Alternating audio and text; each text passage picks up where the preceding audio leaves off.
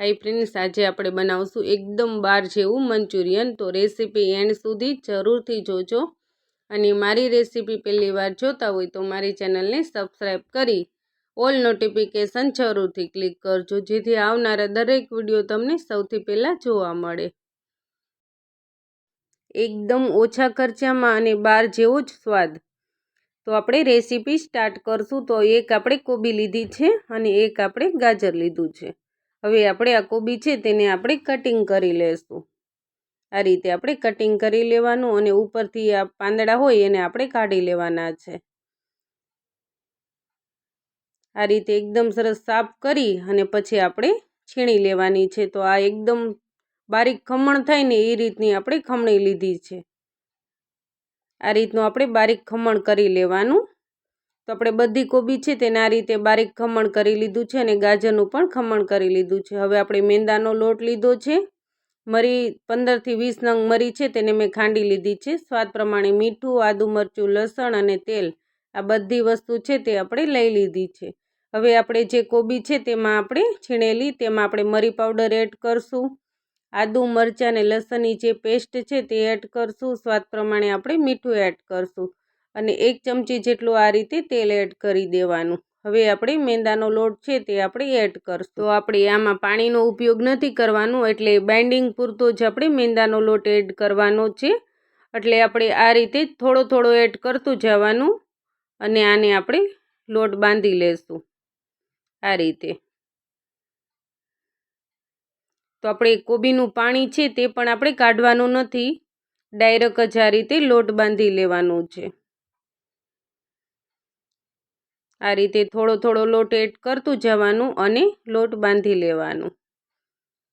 તો આપણે હજી થોડો લોટ રાખ્યો છે, જો જરૂર પડશે તો આપણે એડ કરશું। આ રીતે ગોટી વડે એ રીતનો આપણે લોટ રાખવાનો છે। હજી આપણે થોડો લોટ છે તે પણ આપણે એડ કરી દઈશું।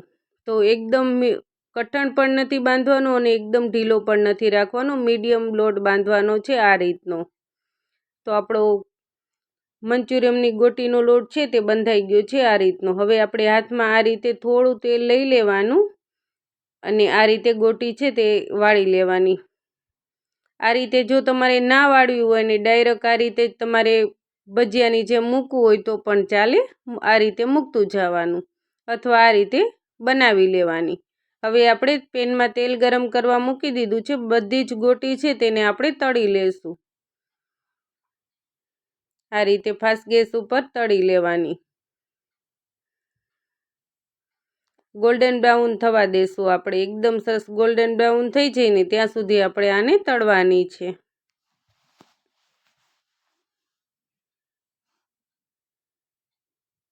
હવે આપણે થોડો મીડિયમ ગેસ કરી દઈશું, કારણ કે સ્ટાર્ટિંગમાં ફાસ્ટ ગેસ રાખવાનો છે, પછી મીડિયમ કરી લેવાનો। તો આપણે આ મીડિયમ ગેસ ઉપર એકદમ સરસ ગોલ્ડન બ્રાઉન થવા દીધી છે। આ રીતે આપણે બધી જ ગોટી તૈયાર કરી લીધી છે અને બધા વેજીટેબલ છે તે કટિંગ કરી લીધા છે। કેપ્સિકમ છે, કોબી છે, કાંદા છે, લસણ છે, મરચું છે, આદુ છે, ધાણાભાજી છે, બધી વસ્તુ છે તે આપણે કટિંગ કરી અને લઈ લીધી છે। હવે આપણે રેડ ચીલી સોસ છે, સોયા સોસ છે, વિનેગર છે, આજીનોમોટો છે, આનો ટેસ્ટ મેઇન હોય છે મંચુરિયમમાં, તો આ ખાસ એડ કરવાનું। ટમેટો કેચઅપ છે, 2 થી 3 ચમચી આપણે કોર્નફ્લોર લીધો છે। તો આપણે આ બધી વસ્તુ લઈ લીધી છે। હવે મંચુરિયમનો આપણે વઘાર કરશું। તો આપણે પેનમાં તેલ ગરમ કરવા મૂકી દીધું છે અને આ બારીક કટિંગ કરેલું લસણ છે તે આપણે એડ કરી દઈશું। બારીક કટિંગ કરેલું આદુ છે તે પણ એડ કરશું અને મરચીની જગ્યાએ મેં અત્યારે મરચું લીધું છે, જો તમારે મરચી લેવી હોય તો પણ તમે લઈ શકો છો। હવે આપણે આદુ, મરચું અને લસણ છે તે સરસ રીતે સતળાઈ ગયા છે। હવે આપણે કેપ્સિકમ એડ કરશું, કોબી છે તે પણ આપણે એડ કરી દઈશું, કાંદા છે લીલા તે પણ આપણે એડ કરી દઈશું। તો મંચુરિયમમાં હંમેશા લીલા કાંદા અને લસણનો ટેસ્ટ છે તે એકદમ સરસ આવે છે, એટલે બને ત્યાં સુધી લીલા કાંદા અને લીલું લસણનો જ ઉપયોગ કરવાનો। આને આપણે થોડી વાર માટે આ રીતે તેલમાં સાતળી લેશું।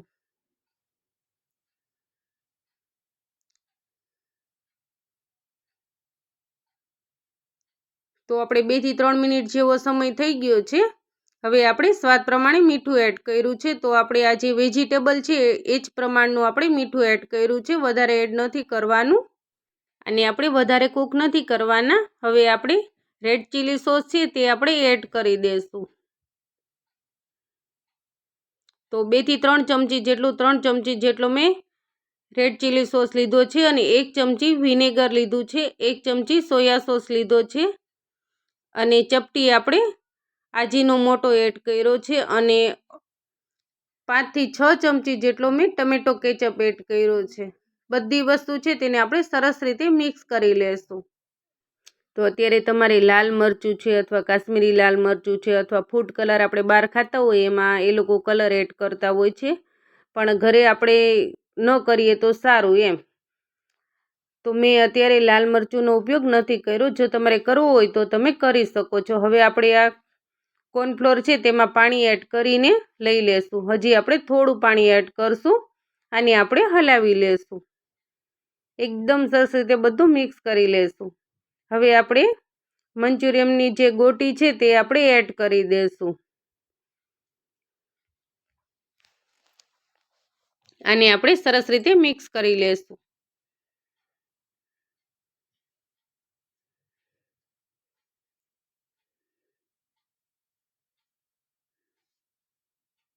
તો આપણે એકદમ સરસ રીતે બધું મિક્સ કરી લીધું છે.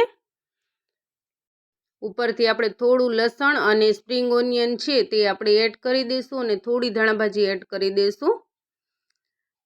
તો તૈયાર છે આપણું એકદમ ચટપટું અને સ્પાઇસી એવું મંચુરિયન. તો ફ્રેન્ડ્સ, આજની મારી રેસીપી તમને કેવી લાગી? જો ગમી હોય તો લાઈક કરો, શેર કરો અને મારી ચેનલને સબસ્ક્રાઈબ જરૂરથી કરજો.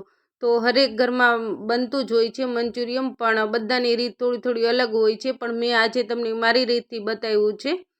તો ફ્રેન્ડ્સ, તમને કેવી લાગી મારી રેસીપી? જો ગમી હોય તો ફ્રેન્ડ્સ અને ફેમિલી મેમ્બરમાં જરૂરથી શેર કરજો. તો આપણે ગરમા ગરમ સર્વ કરી લેશું. તો તૈયાર છે આપણું એકદમ ચટપટું અને સ્પાઇસી એવું મંચુરિયન. જોતાં જ ખાવાનું મન થઈ જાય એવું. Thank you for watch.